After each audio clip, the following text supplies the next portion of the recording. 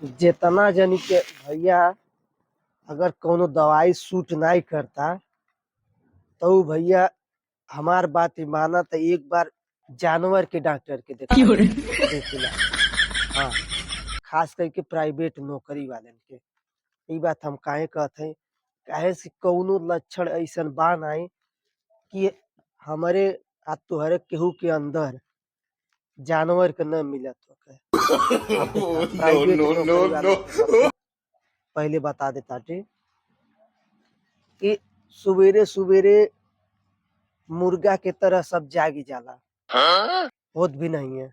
घोड़ा के तरह दौड़ के सब पहुंचला ऑफिस पे, वहां जाके गधा की तरह काम करे के पड़ला। लोमड़ी के तरह इधर उधर के खबर बटोर के ले आवे के रहला।